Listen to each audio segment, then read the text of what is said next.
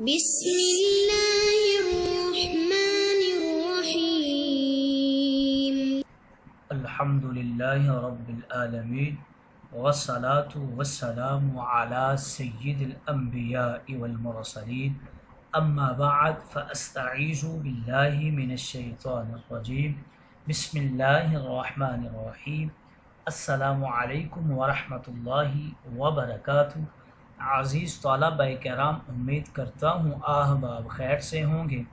انشاءاللہ آج ہم مشکات المصابیح کے درس نمبر 152 میں باب الفعال والطیارہ فصل اول سے حدیث نمبر 4576 اور 77 کو پڑھنے کی سعادت حاصل کریں گے۔ آج کے درس میں ان احادیث مقدسہ کا ترجمہ ہوگا اور ساتھ ساتھ ان احادیث مبارکہ کی توضیح و تشریح کرنے کی سعادت حاصل کریں گے۔ تو آئیے طلبہ کرام بلا تاخیر بڑھتے ہیں اپنے آج کے درس کی طرف۔ بسم اللہ الرحمن الرحیم۔ باب الفعال والطیارہ، فعال اور طیارہ کا بیان۔ لفظ فعال حمزہ کے بغیر استعمال ہوتا ہے اور اردو میں بھی اس کو فعال ہی بولتے ہیں اور شگون بھی کہتے ہیں۔ اصل میں فعال مطلق شگون میں استعمال ہوتا ہے، لیکن اس کا غالب استعمال اچھائی اور بھلائی میں ہوتا ہے۔ اچھی فعال اور نیک شگون کا مطلب یہ ہے کہ آدمی نے کسی خاص حالت میں کوئی اچھا کلمہ سن لیا یا کسی اچھی چیز کو دیکھ لیا تو اس کو اپنی اچھائی اور کامیابی کا راز قرار دیا۔ مثلا ایک شخص بیمار ہے، موت و زیست کی کشمکش میں مبتلا ہے۔ اس نے کسی سے سنا جو کہہ رہا تھا یا سالم، یا کوئی شخص تجارت کے لیے سفر پر نکلا ہے کہ اس نے کسی سے یہ کہتے ہوئے سنا یا ناجح یا فائز یا راشد، یا کوئی آدمی دشمن کے مقابلہ میں جہاد میں نکلا ہے کہ اس نے ایک شخص کو دیکھا جس کا نام ظفر علی خان یا فتح علی خان ہے، جس میں فتح و ظفر کا اشارہ ہے، یا کوئی شخص پردیس میں ایک شہر میں داخل ہو رہا ہے کہ سامنے سے ایک شخص آیا جس کا نام بریدہ تھا، جس سے ٹھنڈے اور اچھے حالات کی طرف اشارہ ہو رہا ہے۔ یا کوئی شخص اپنی گمشدہ چیز کی تلاش کے لیے نکلا کہ سامنے سے ایک شخص آ رہا تھا اور کسی سے کہہ رہا تھا یا واجد۔ ان الفاظ سے اپنے مقصد کے لیے نیک شگون لینا یہ فعال کہلاتا ہے۔ شرعی اعتبار سے نیک فعال اور نیک شگون لینا اور اس پر اپنی اچھائی کا اندازہ کرنا جائز ہے۔ فعال کبھی کبھی برائی اور بدی میں بھی استعمال ہوتا ہے، جس کو بدفعلی اور بدشگونی کہتے ہیں۔ شرعاً بدفعلی لینے اور بدشگونی کی اجازت نہیں ہے۔ اب طیارہ کے حوالے سے بتا رہے ہیں کہ یہ مصدر ہے جو تطیر باب تفاعل سے خاص طور پر آتا ہے، عام مصادر ایسے نہیں ہوتے۔ الطیارہ یہ صرف بدفعلی اور بدشگونی کے معنی میں آتا ہے۔ اس لفظ کے مفہوم میں طیر اور طیران پڑا ہوا ہے، جس کے اڑنے اڑانے کے معنی ہے۔ عرب کے ہاں یہ دستور تھا کہ جب ان میں سے کوئی شخص سفر پر جاتا تو وہ گھونسلوں اور دیگر مقامات سے پرندوں کو اڑانے بگانے کی کوشش کرتا تھا تاکہ اس سے نیک یا بد شگون لے سکے۔ اگر پرندہ سیدھی جانب میں اڑتا تو اس کو عرب لوگ مبارک سمجھا کرتے تھے اور اس کو ایمن کہتے تھے اور سفر جاری رکھتے تھے، اور اگر پرندہ بائیں جانب اڑ جاتا تو اس کو نامبارک سمجھتے اور اس کو شام کہتے تھے، یعنی منحوس، اور سفر سے باز آ جاتے تھے۔ ایمن کا ترجمہ ہے مبارک اور اشام کا ترجمہ ہے منحوس اور نامبارک۔ عرب اپنے اوہام کے تحت اڑنے والے اس پرندے کو سانح اور بارے بھی کہتے تھے۔ سانح اس کو کہتے ہیں جو دائیں جانب اڑ کر چلتا ہے، اور بارح اس کو کہتے تھے جو بائیں طرف اڑ کر جاتا تھا۔ چونکہ یہ سب جاہلیت کے اوہام تھے، اس لیے اسلام نے ان سب کو منع کر دیا۔ اس لیے ہر مسلمان پر لازم ہے کہ ان اوہام سے اپنے آپ کو دور رکھے تاکہ وہ صحیح مسلمان رہے۔ اور ہر قوم اور ہر ملک اور ہر علاقے کے الگ الگ اوہام اور رسومات ہیں۔ احادیث میں ان اوہام کا بیان ہے جو عرب کے ہاں رائج تھے، مگر شریعت کا حکم عام ہے، جہاں بھی اور جس انداز سے بھی لوگ توہم پرستی میں مبتلا ہوں شریعت ان کا رد کرتی ہے۔ اس باب کی فصل اول کی طرف بڑھتے ہیں۔ حضرت ابو ہریرہ رضی اللہ تعالی عنہ راوی ہیں، وعن ابی ہریرہ قال سمعت رسول اللہ صلی اللہ علیہ وسلم یقول لا تیارۃ وخیرها الفال قالوا وما الفال قال الکلمۃ الصالحۃ یسمعها احدکم متفق علیہ۔ حضرت ابو ہریرہ کہتے ہیں میں نے رسول کریم کو یہ فرماتے ہوئے سنا کہ بدشگونی بے حقیقت ہے، اس سے بہتر تو اچھی فعال ہے۔ صحابہ نے عرض کیا اور فعال کیا چیز ہے یا رسول اللہ؟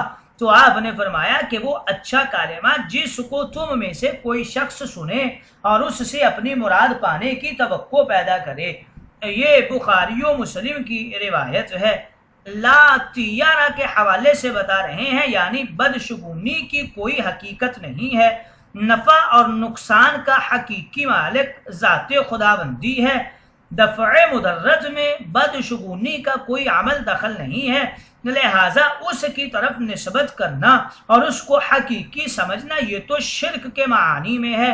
بدشگونی کے ذکر کے بعد حضور علیہ السلام نے نیک فعل کی تعریف فرمائی اور فرمایا وخیرها الفعل، یعنی اس بدشگونی سے بہتر تو فعل ہے۔ فعل اور تیارہ کے متعلق جیسے کہ بتایا جا چکا ہے کہ بدشگونی کو تیارہ اور اچھی خبر کو فعل کہتے ہیں۔ سوال یہاں یہ پیدا ہوتا ہے، حضور نے فعل کے بارے میں فرمایا کہ یہ تیارہ سے زیادہ اچھا ہے، اس سے معلوم ہوتا ہے تیارہ بھی کچھ نہ کچھ اچھا ہے، حالانکہ تیارہ میں کوئی اچھائی نہیں ہوتی۔ اس کا جواب یہ دیتے ہیں کہ یہاں خیر کا لفظ اس میں تفضیل کے معنی میں استعمال نہیں ہے بلکہ اپنے اصلی معنی میں استعمال ہوا ہے۔ الصیف احر من الشتاء، یہاں شتاء میں حرارت کا تصور نہیں کہ صیف کی حرارت اس سے زیادہ ہو، بلکہ اتنا بتانا ہے کہ موسم گرما گرم ہوتا ہے۔ اسی طرح واہوا احوانو کا صیغہ حین کے معنی میں ہے، وَأَصْحَابُ الْجَنَّةِ خَيْرٌ اپنے اصلی معنی میں استعمال ہوا ہے، یا پھر جیسے الاخص والاعم میں اپنے اصلی معنی میں اس میں تفضیل استعمال ہوتا ہے۔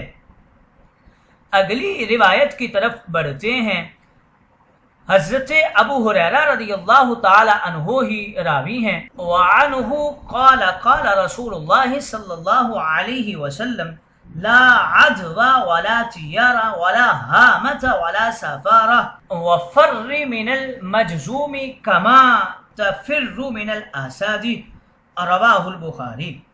حضرت ابو ہریرہ رضی اللہ تعالی عنہ سے روایت ہے، کہتے ہیں رسول کریم نے فرمایا بیماری کا ایک سے دوسرے کو لگنا اور بدشگونی، ہامہ اور سفر، یہ سب چیزیں بے حقیقت ہیں، البتہ تم جزامی سے اس طرح بھاگو جس طرح شیر سے بھاگتے ہو۔ یہ بخاری کی روایت ہے۔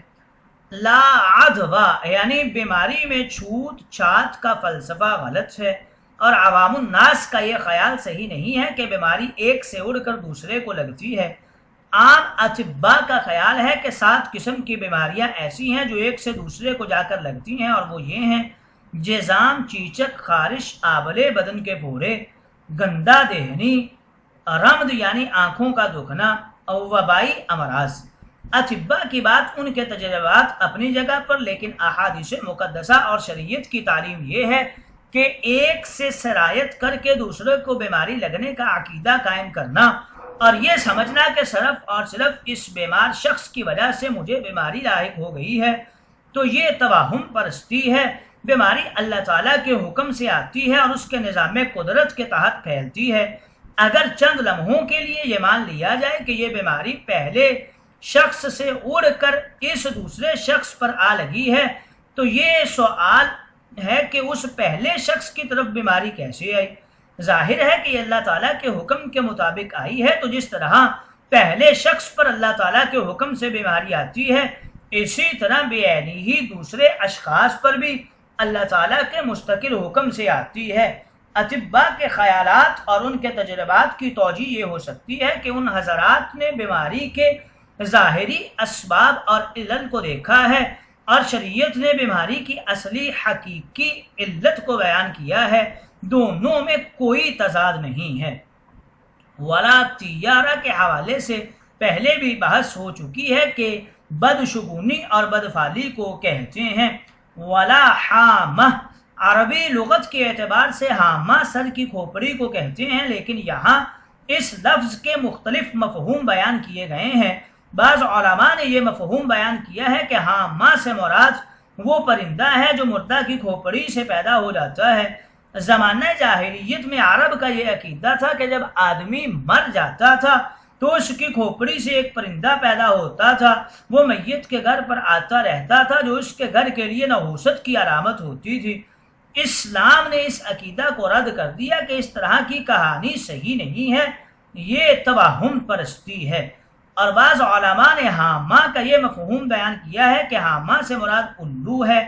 عرب کا عقیدہ یہ تھا کہ جب کوئی آدمی کسی کو قتل کر دے تو مقتول کی کھوپڑی اور سر سے الو کی شکل میں ایک پرندہ پیدا ہوتا ہے۔ یہ الو چیختا چل جاتا ہے کہ مجھے پانی پلا دو، یعنی انتقام لو، جب تک مقتول کے ورثاء اس کا قصاص اور بدلہ نہیں لیتے یہ پرندہ فریاد کرتا رہتا ہے۔ یہ بھی توہم پرستی ہے۔ اور بعض علماء نے حامہ کا یہ بھی مفہوم کیا ہے کہ حامہ اور بھوں اور بوما سے یہی متعارف الو مراد ہے۔ الو کے متعلق عرب کا خیال تھا کہ یہ جہاں آ کر کسی کے گھر اور مکان وغیرہ پر بیٹھ جاتا ہے تو وہ جگہ ویران اور تباہ و برباد ہو جاتی ہے، گویا الو کا ٹھکانہ ویران مقام ہے۔ ولا سفارہ، شارحین اس لفظ کے دو مفہوم بیان کرتے ہیں۔ پہلا مطلب یہ ہے کہ جاہلیت کے زمانے میں عرب کا عقیدہ تھا کہ جب سفر المظفر کا مہینہ آتا تو اپنے ساتھ مختلف مصیبتیں اور بلائیں لاتا ہے، یہ منحوس مہینہ ہے، لہٰذا اس میں شادی نہیں کرنی چاہیے۔ ہمارے علاقوں میں اوہام پرست عورتیں اپنے سروں پر کپڑا لپیٹ کر ہاتھ میں ڈنڈا لیتی ہیں اور گھر کے کونوں اور ستونوں کو مارتی ہیں اور اپنی زبان میں کہتی رہتی ہیں سفر کی بلا ہمارے گھر سے نکل جاؤ نکل جاؤ۔ شریعت نے اس توہم پرستی کو رد فرما دیا اور حکم دیا کہ لا سفر یعنی سفر کی کوئی نحوست نہیں ہے۔ اور اس کا دوسرا مفہوم شارحین کرام کچھ یوں بیان کرتے ہیں کہ بعض اوہام پرست لوگوں کا خیال تھا کہ پیٹ کے اندر ایک کیڑے کا نام سفر ہے، اس کو جب بھوک لگتی ہے تو پیٹ کے اندر سے آنتوں کو کاٹتا ہے جس سے آدمی مر جاتا ہے۔ شریعت نے اس وہم کو مسترد کیا ہے۔ وفری من المجذوم، جذام ایک خطرناک بیماری کا نام ہے جس سے اعضاء غیر متوازن ہو کر کٹ جاتے ہیں۔ جذام والے شخص سے متعلق مختلف احادیث وارد ہیں۔ زیر بحث حدیث میں جذام والے شخص سے ایسے بھاگو جس طرح تم شیر کو خطرناک سمجھ کر بھاگتے ہو، اور دوسری حدیث میں ہے کہ ایک دفعہ جذام والے شخص نے تاجدار انبیاء سے بیعت لینے کا ارادہ کیا۔ تاجدار انبیاء نے پیغام بھیجا کہ واپس جاؤ، ہم نے بیعت کر لی ہے۔ ایک اور حدیث مقدسہ میں تاجدار انبیاء نے جذام والے ایک شخص کے ہاتھ سے پکڑ لیا اور اپنے ساتھ کھانے میں بٹھا دیا اور فرمایا اللہ تعالیٰ پر بھروسہ رکھو اور توکل پر کھاؤ۔ اب ان احادیث کے اندر تعارض ہے کیونکہ ایک میں ہے لا عدوہ یعنی بیماری ایک دوسرے کی طرف سے رعایت نہیں کرتی، اور اسی میں ہے کہ جذام والے شخص سے بھاگو۔ تو اس کا کیا جواب ہے؟ اس کا جواب یہ دے رہے ہیں کہ لا عدوہ کے عام حکم سے صرف جذام کی بیماری کو مستثنا قرار دیا گیا ہے، اس میں تجاوز ہے، باقی میں نہیں ہے۔ اس کا دوسرا جواب کچھ یوں دیتے ہیں کہ جذام والے شخص سے بھاگنے کا حکم ظاہری اسباب کی بنیاد پر ہے، حقیقت کے اعتبار سے نہیں ہے۔ اس کی تفصیل کچھ یوں ہے کہ جذام والے شخص کی اس بیماری میں ایک بو ہوتی ہے، عام اختلاط سے وہ بو دوسرے میں اثر کر جاتی ہے اور دوسرے کو بیماری لگ جاتی ہے۔ یہ اثر صرف ظاہری اسباب کی حد تک ہوتا ہے، حقیقت میں بیماری اللہ رب العزت کے حکم سے آتی ہے۔ تو مجذوم سے عدم اختلاط کا حکم صرف حفظان صحت کے اصولوں کے تحت ہے، ادوا اور چھوت چھات کے اصولوں کے تحت نہیں ہے۔ باقی تاجدار انبیاء کو چونکہ یقین کامل تھا اور اللہ رب العزت پر مکمل بھروسہ تھا اور حقیقی علت کی صحیح معرفت تھی، اس لیے جزام والے شخص کو اپنے ساتھ بٹھا کر کھانا بھی کھلایا اور دوسروں کو جزام والے شخص سے ڈرایا بھی۔